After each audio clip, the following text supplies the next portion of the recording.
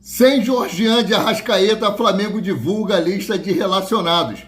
Felipe Luiz desperta interesse de clube espanhol. Jogadores e comissão não gostaram das cobranças dos torcedores. Essas e outras notícias aqui agora no seu canal Paraquedista Rubro-Negro. Pedir para vocês que começaram a nos assistir, já deixa aquele like, não são inscritos, se inscrevam, acione o sino da notificação e deem aquela moral compartilhando os nossos conteúdos. Lembrando, tudo isso para vocês é 0800. E aqui vocês ficam sempre por dentro de tudo que acontece nos bastidores do mais querido. Cara, são 19 horas e 9 minutos, estou gravando esse vídeo. Faltam poucas horas para o jogo Flamengo e Madureira, Madureira e Flamengo. E o estádio, postei na nossa página, Maurício Paula Santos, está vazio. A previsão aí é de 10 mil, pouco mais de 10 mil torcedores, o público mais baixo. Rapaz, olha só, a venda de ingressos para a partida de hoje contra o Madureira pode ser o pior público do Flamengo no ano. Isso porque até o momento apenas 10 mil ingressos tinham sido adquiridos. Reflexo do que vem acontecendo dentro do mais querido, né? Essas partidas pífias, até quando o Flamengo vence, não convence. A programação do elenco foi a seguinte, 5 horas da tarde teve um lanche reforçado. Às 17 horas e 50 minutos foi a saída para o estádio. 19 horas e 10 minutos a previsão da chegada no Maracanã. E às 21 horas o jogo, tá? Então, previsão de público baixíssimo também, gente. Vamos ser sinceros, né? Segunda-feira, 21 horas, Flamengo vivendo esse momento ridículo. Não tem como lotar o estádio, né? É querer demais. Vamos ver aí no jogo contra o Fluminense. Tudo indica que a final será realmente entre Flamengo e Fluminense. Fluminense que conseguiu aí a classificação em cima do Vasco da Gama ontem. 15 anos que o Vasco não ganha um campeonato estadual. E hoje o Flamengo aí pode perder até por 2 gols de diferença que se classifica. Lembrando que o Corinthians, que venceu o Flamengo aí na Supercopa do Brasil, ou Copa Rei, foi eliminado por Novo Horizontino, né? O bicho tá pegando. Então eu vou trazer para vocês a lista dos relacionados para essa partida. Vamos lá. Os jogadores relacionados. Goleiros Andréu, Diogo Alves e Agostinho Rossi. Os laterais são Alexandro, Ayrton Lucas, Daniel Salles, Emerson Royal e Guilhermo Varela. Zagueiros Daniel Silva, Danilo, Léo Ortiz e Vitão. Meia-campistas Jorge Carrascal, Nicolas de la Cruz, Everton Araújo, Luiz Felipe e Lucas Paquetá. Atacante, Douglas Telles, Luiz Araújo, Pedro, Gonzalo Plata, Samuel Lino e Wallace Ian. Vou trazer para vocês agora os desfalques, né? O Flamengo tem aí 6 desfalques confirmados para o jogo contra o Madureira. Em resumo, Bruno Henrique não fica à disposição por conta de uma pubalgia. Por outro lado, Eric Pulgar, com dores musculares após a partida contra o Lanús, também não foi relacionado para a partida de hoje. Além disso, o departamento médico do Flamengo vetou Jorginho e Arrascaeta da partida contra o Madureira por conta de desgaste físico na partida da Recopa. Bem como Léo Pereira, por fim, Saul segue aí recuperando de uma cirurgia no calcanhar esquerdo. Essas aí são os desfalques do Clube de Regata do Flamengo para o jogo de daqui a pouco, tá? Então vou trazer aqui outras informações. Agora falar aqui rapidinho do Vasco da Gama. Renato Gaúcho recusou a proposta para poder comandar o Vasco da Gama. Segundo a apuração da ESPN, o técnico Renato Gaúcho recusou a proposta oficial feita pelo Vasco da Gama no último fim de semana. A oferta foi enviada na manhã de sábado, dia 28, mas o treinador preferiu dar uma resposta apenas após o final do Campeonato Carioca contra o Fluminense, para não interferir no foco da equipe. Hoje, segunda-feira, Renato Gaúcho comunicou ao presidente Pedrinho que não aceitaria os termos. A proposta previa um salário de 1.200.000, com o treinador arcando com a sua própria comissão técnica. No Fluminense, ele recebia cerca de 1,5 milhão, apesar de ter sinalizado a possibilidade de reduzir a sua equipe, abrindo mão de um preparador físico e até mesmo de um treinador de goleiros. Não houve acordo sobre os valores e, no momento, as conversas esfriaram, à espera de uma possível nova proposta. Esse valor, 1.200.000, ele tem que arcar. A comissão técnica dele vai sobrar o quê de salário para o Renato Gaúcho? 300 mil reais? A mesma coisa que recebia Felipe Luiz no ano passado? Vamos lá, né? Aí não dá, Pedrinho. Treinar seu time de graça é impossível. Bom, mudando aqui de assunto, vou trazer para vocês aqui o que o ex-técnico Vanderlei Luxemburgo falou sobre o Flamengo. O Flamengo é o melhor individualmente, mas isso não ganha campeonato. Concordo com ele. Futebol é conjunto, é equipe. Futebol individual, o esporte individual é atletismo e outras coisas aí, ó. Vamos lá para o que disse ele, ó. Melhor elenco individual só ganha se for coletivo. O Flamengo está sem ritmo de jogo porque está tirando o jogador toda hora. Tira jogador, bota jogador, tira jogador. E outra coisa, a bola não entra na hora que você quer. Tem que buscar resultado. O tempo passa rápido dentro do futebol. 90 minutos acabam muito rápido e você não abre mão de jogar cada minuto com a ponta aberta, né? Com a aberta para o céu. Ele falou um palavrão aqui. Assim funciona o futebol. Realmente, não adianta você colocar jogadores para povoar ali a área, não ter um meio de campo entrosado, que consiga armar uma jogada legal, ter uma pessoa lá no ataque que não está acostumada a fazer gols e ficar aquele lance de chuveirinho. Parece peladeiro, né? Aí não dá, sem condições, não vai à frente de jeito nenhum. Bom, outro assunto aqui, ó. O Flamengo acertou a contratação do atacante Diego Reis por empréstimo junto ao América do México para reforçar a equipe sub-20. O acordo prevê uma opção de compra no fim do vínculo, caso o Flamengo decida adquiri-lo em definitivo. O jogador já está no Ninho do Urubu, realizando exames médicos, e a negociação foi conduzida pelo diretor da base, Alfredo Almeida.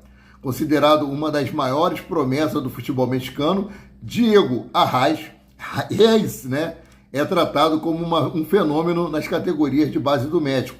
Em 6 de julho de 2024, ele se tornou o segundo atleta mais jovem formado no século a estrear na Liga do México, aos 16 anos e 307 dias, ficando atrás apenas de Diego Lainez, que debutou, né, com 16 anos, 268 dias. Informação de Venê Casagrande. Seja muito bem-vindo e que você tenha muito sucesso aí no mais querido, tá? Outra informação aqui é que parece que vai ter uma nova reunião com Felipe Luiz e o departamento de futebol. O jornalista Raíssa Simplício trouxe informações exclusivas nesta segunda-feira durante a participação no programa da revista Placar. Segundo ela, está prevista uma reunião entre o diretor do Flamengo e o técnico Felipe Luiz. A iniciativa para o encontro teria partido aí do presidente do clube BAP junto aos seus apoiadores. O principal ponto da conversa deve girar em torno de convicções do treinador e da metodologia adotada até aqui, que, na avaliação interna, não vem apresentando os resultados esperados. Temos visto isso aí, né? A reunião teria o objetivo de entender se Felipe Luiz pretende manter a mesma linha de trabalho ou se considera realizar ajustes.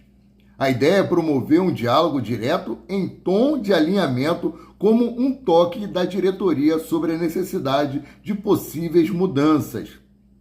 Durante o programa, Raíssa também relembrou declarações do próprio treinador que já se definiu como uma pessoa de personalidade forte, pouco adepta a interferências externas e resistente a alterações em sua forma de trabalhar.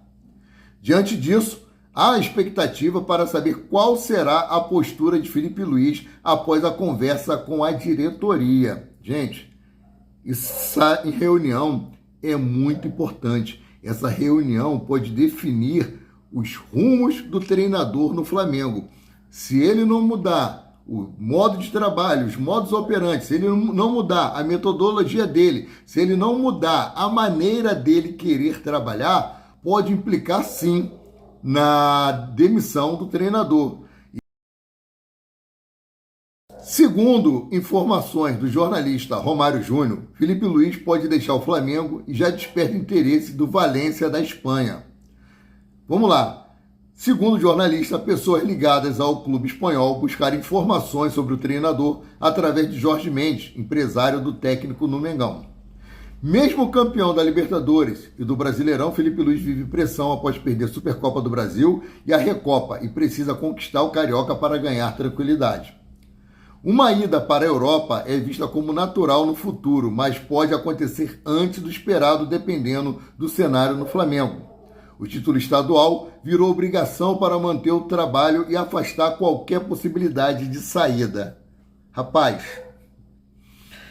é lamentável ter que ver o campeonato carioca como uma prioridade, depois de ter aí perdido Recopa Sul-Americana, depois de ter perdido a Supercopa do Brasil. Isso é muito chato para nós, que o campeonato carioca já não tem tanta valia, o campeonato carioca não tem mais tanta expressão como tinha antigamente. Bom, vamos seguindo aqui com as informações, que tem mais coisas para trazer para vocês, né? Bom, caso o Flamengo confirme hoje sua vaga na final do Carioca, será a 6ª vez em 8 anos que o campeonato será decidido entre Flamengo e Fluminense. Desde 2019, além de Flamengo e Fluminense, apenas Vasco e Nova Iguaçu chegaram à final, ambos sendo vice para o mais querido. Ai. Trazer aqui informações sobre o jogo, né? Bom, o jogo será às 21 horas no Maracanã. Jogo de volta da semifinal do Campeonato Carioca. Transmissão da Sport TV, TV fechada e no Premiere Pay-Per-View. Provável escalação do Flamengo: Andreu, Emerson Royal, Danilo, Vitão e Alexandro. Everton Araújo, Nicolas de la Cruz e Paquetá. Jorge Carrascal, Luiz Araújo e Pedro. Provável escalação do Madureira: Neguete, Cauã, Coutinho, Marcão, Jean e Matheus Julião. Rodrigo Lindoso e Fubá. Everton, Juninho e Jacó. Giovanni Maranhão, né, e o técnico aí, o Toninho Andrade. Arbitragem: Carlos Tadeu Ferreira de Castro. Assistente número 1, Hugo Filemon Soares Pinto. E assistente número 2, Nayara Mendes Tavares. O vai ficar por conta de Felipe George Benetti. Lá no quartel tinha o Bonetti. Bonetti, gente boa. Agora trabalha no Corpo de Bombeiro lá no Rio Grande do Sul. Galera, as manifestações da torcida do Flamengo no último sábado não repercutiu bem internamente no clube. Apesar de não ter ocorrido qualquer tipo de violência, o tom das cobranças foi considerado excessivo e causou incômodo nos bastidores do Ninho do Urubu. Há um incômodo entre jogadores e departamento de futebol pelo fato de torcedores procurá-los em evento fora do clube, como na festa de aniversário de Everton Araújo, que o empresário dele tentou desmentir, mas eu não vejo necessidade de proibir o cara de comemorar o aniversário dele desde que estejam todos no treino no horário previsto. Essa atitude foi gerada após uma tentativa dos torcedores de entrar no CT para conversar com os jogadores. O acesso foi negado, apesar de um dos líderes do elenco ter se colocado à disposição para conversar. A diretoria entende que a torcida organizada não deve entrar no CT. Com o acesso negado, os torcedores prometeram monitorar os atletas fora do clube. Os jogadores se mostram desconfortáveis. Há a sensação de que torcida exagera ao monitorar a vida social do elenco. Depois que você sai do seu trabalho, o teu patrão fica aí te monitorando, a cobrança tem que ser na porta do CT do Urubu e a cobrança tem que ser feita aí, esse protesto tem que ser feito dessa forma. Pouco mais de 10 mil ingressos foram vendidos. Deixa eles sentirem no bolso, pô. Acabou. Esse negócio de ficar aí, igual Maria Chuteira, atrás de jogador na madrugada, tá de sacanagem. Sendo assim, eu, Amaury de Paula Santos, o paraquedista rubro-negro, fico por aqui, voltando a qualquer momento com mais notícias sobre o rubro-negro, mais querido e mais amado do Brasil e do mundo, Clube de Regata do Flamengo. Saudações e fiquem com Deus.